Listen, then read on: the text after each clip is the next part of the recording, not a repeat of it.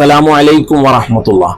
ചില ആളുകൾ അവരുടെ സമ്പത്തിനെ കുറിച്ച് അതുപോലെ തന്നെ മക്കളെ കുറിച്ച് ഒരുപാട് പറയുന്നത് നമ്മൾ കേൾക്കാറുണ്ട്.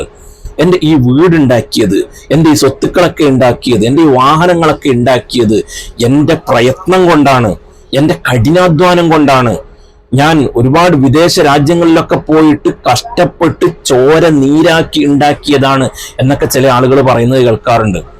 അതുപോലെ തന്നെ മക്കളെ കുറിച്ച്, എൻ്റെ ഒരു മകന് ദുബായിലാണ്, അവിടെ അവനിക്ക് വലിയ കച്ചവടമാണ്. രണ്ടാമത്തവൻ അങ്ങ് സൗദിയിലാണ്, അവിടെ വലിയ റിയൽ എസ്റ്റേറ്റിന്റെ മുതലാളിയാണ്. മൂന്നാമത്തവൻ അങ്ങ് UK-യിലാണ്, അവിടെ വലിയ കച്ചവടമാണ് എന്നൊക്കെ പറഞ്ഞിട്ട് മക്കളെ കുറിച്ചിട്ടും അതുപോലെ തന്നെ സ്വത്തുക്കളെ കുറിച്ചൊക്കെ പറയുന്നത് നമ്മൾ കേൾക്കാറുണ്ട്. എന്നാൽ ഇതൊക്കെ ഉപകാരപ്പെടുമോ?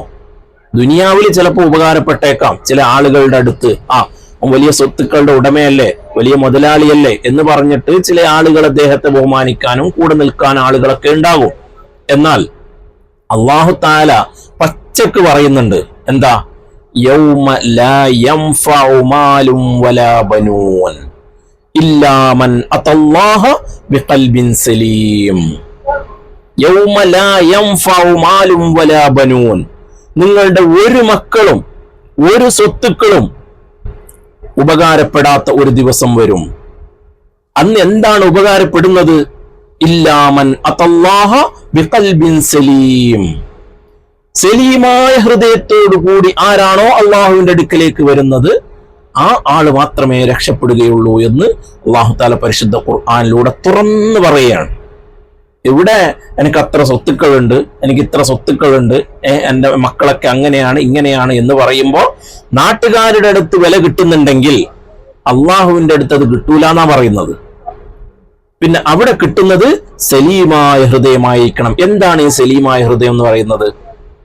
എല്ലാ ദുഷ്പ്രവർത്തികളിൽ നിന്നും രക്ഷപ്പെട്ടു പോയ ഹൃദയം, ശിർക്കില്ലാത്ത, അതുപോലെ തന്നെ കുഫ്റില്ലാത്ത, കാപഢ്യമില്ലാത്ത, കളവില്ലാത്ത, വഞ്ചനയില്ലാത്ത, ചതിയില്ലാത്ത, ഫിത്ന ഫസാദില്ലാത്ത, മറ്റുള്ള ആളുകളെ കുറ്റവും കുറവും പറയാത്ത, ബുദ്ധിമുട്ടിക്കാത്ത, എന്തിന് അല്ലാഹു തആല ഇഷ്ടപ്പെടാത്ത, റസൂലുള്ളാഹി സ്വല്ലല്ലാഹു അലൈഹി വസല്ലമ തങ്ങള് കൽപ്പിക്കാത്ത ഒരു കാര്യവും ചെയ്യാതെ അള്ളാഹുവിനെ തഖ്വയോടുകൂടി ജീവിക്കുന്ന ആള് ആരുണ്ടോ ആ ആള് മാത്രമേ രക്ഷപ്പെടുകയുള്ളൂ എന്ന് അല്ലാഹു തആല പരിശുദ്ധ ഖുർആനിലൂടെ തുറന്നു പറയുകയാണ്.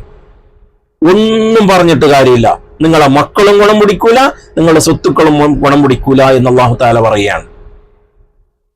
എന്നാൽ ഈ മക്കളും ഈ സ്വത്തുക്കളും ഗുണം പിടിക്കും എപ്പോഴാ? നമ്മളെ സ്വത്തുക്കള് നമ്മൾ അല്ലാഹുവിന്റെ വഴിയിലൂടെ സംഭാവന ചെയ്താൽ, നമ്മൾ അല്ലാഹുവിന്റെ വഴിയിലൂടെ സ്വതക്ക ചെയ്താൽ. നമ്മുടെ മുൻഗാമികളൊക്കെ അതുപോലെ ആയിരുന്നില്ലേ? നമ്മുടെ എല്ലാവരുടെയും ഉമ്മയായ ഉമ്മഹാത്തുൽ മുഅ്മിനീൻ ബീബി ഖദീജ റളിയല്ലാഹു അൻഹ ആരായിരുന്നു? മക്കത്തെ വലിയ കോടീശ്വരിയായിരുന്നു. കച്ചവടം ചെയ്ത് വലിയ കോടീശ്വരിയായിരുന്നു. എന്നിട്ടോ അവസാനം വഫാത്താകുന്ന സമയത്ത് വളരെ ഫക്കീറായ ജീവിതം നയിച്ച ആളായിരുന്നു ബഹുമാനപ്പെട്ട ഖദീജ റളിയല്ലാഹു അൻഹ. എല്ലാ സ്വത്തുക്കളും ഇസ്ലാമിന് വേണ്ടി ദാനം ചെയ്തു. ദാനം ചെയ്ത് തീർത്തു കളഞ്ഞു. എന്തിനാ? അതൊക്കെ അല്ലാഹുവിന്റെ അടുത്ത് അവർക്ക് ഇൻകമിങ് ആണ്, അവർ ഡെപ്പോസിറ്റ് ചെയ്ത് വെച്ചതാണ്. നമുക്കിവിടെ കാണുമ്പോൾ അവർ ഒന്നുമില്ലാത്ത ഒരു ഫക്കീറായ ജീവിതത്തിലേക്ക് വന്നു. എന്നാൽ അവർ ആഖിറത്തിൽ ധനികരാണ്. അതുപോലെ തന്നെ ബഹുമാനപ്പെട്ട അബൂബക്കർ സിദ്ദീഖ് റളിയല്ലാഹു അൻഹു, അബൂബക്കർ സിദ്ദീഖ് റളിയല്ലാഹു അൻഹുവിനെ ഞാൻ എടുത്തു പറയാൻ കാരണം എന്താ? ഒരു പ്രാവശ്യം ബഹുമാനപ്പെട്ട ഉമർ ബിൻ ഖത്താബ് റളിയല്ലാഹു അൻഹു പറഞ്ഞില്ലേ, വല്ലാഹി യാ അബൂബക്കർ സിദ്ദീഖ് റളിയല്ലാഹു അൻഹുവേ, നിങ്ങളെ തോൽപ്പിക്കാൻ ഞങ്ങൾക്ക് കഴിയില്ല. എന്താ? എപ്പോഴും അള്ളാഹുവിന്റെ റസൂൽ സ്വല്ലല്ലാഹു അലൈഹി വസല്ലം തങ്ങൾ സ്വഹാബത്തിനോട് സ്വതക്ക ചോദിക്കും. സ്വതക്ക എന്ന് പറഞ്ഞാൽ എന്താ? അവരുടെ കയ്യിൽ എന്താ കൊടുക്കാനുണ്ടാവുക? എന്തെങ്കിലും ഈത്തപ്പഴമോ അല്ലെങ്കിൽ എന്തെങ്കിലും ഭക്ഷണ സാധനങ്ങളോ ഇങ്ങനെ എന്തെങ്കിലും ഉണ്ടാവുള്ളൂ. കാരണം പാവങ്ങളായിരുന്നു.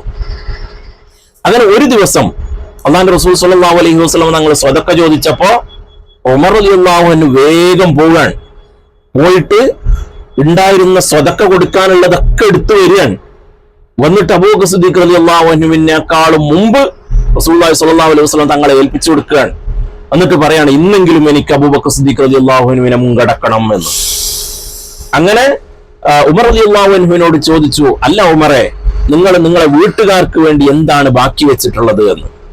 അപ്പൊ പറഞ്ഞു, നബിയെ, ഇതേപോലത്തെ ഒരു ഭാഗം എന്റെ കുടുംബത്തിനും വേണ്ടി ഞാൻ മാറ്റി വെച്ചിട്ടുണ്ട് എന്ന് പറഞ്ഞു. ഓക്കെ, അപ്പോഴാണ് ബഹുമാനപ്പെട്ട സയ്യിദുന അബൂബക്കർ സിദ്ദീഖ് റളിയല്ലാഹു അൻഹു വരുന്നത്. അബൂബക്കർ സിദ്ദീഖ് റളിയല്ലാഹു അൻഹുവിന്റെ കയ്യിലുണ്ടായിരുന്നത് അവിടത്തേക്ക് കൊടുത്തു.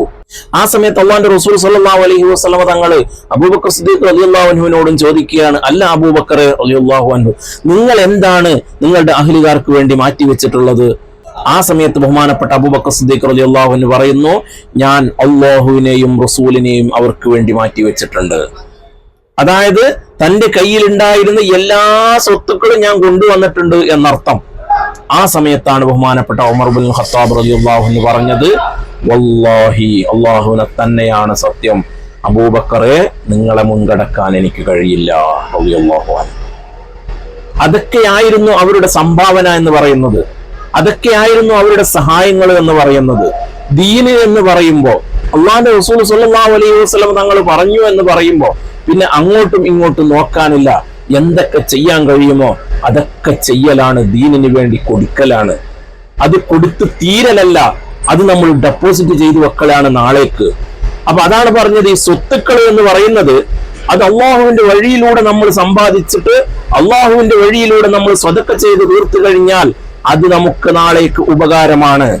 അതുപോലെ തന്നെ നമ്മുടെ മക്കളെ അള്ളാഹുവിന്റെ വഴിയിലൂടെ ദീനിയായ കാര്യങ്ങൾ പഠിപ്പിച്ചുകൊണ്ട് നമ്മളെ മരണപ്പെട്ടു പോയാൽ നമുക്ക് വേണ്ടി ദുആ ചെയ്യുന്ന, നമ്മൾക്ക് വേണ്ടി ഖുർആൻ ഓതി ഹദിയ ചെയ്യുന്ന, നമുക്ക് വേണ്ടി സൽക്കർമ്മങ്ങൾ ചെയ്ത് ഹദിയ ചെയ്യുന്ന മക്കളാക്കി വളർത്തിയാൽ അവരുടെ ദുആ എനിക്ക് അള്ളാഹുവിന്റെ അടുത്ത് പ്രതിഫലമുണ്ട്.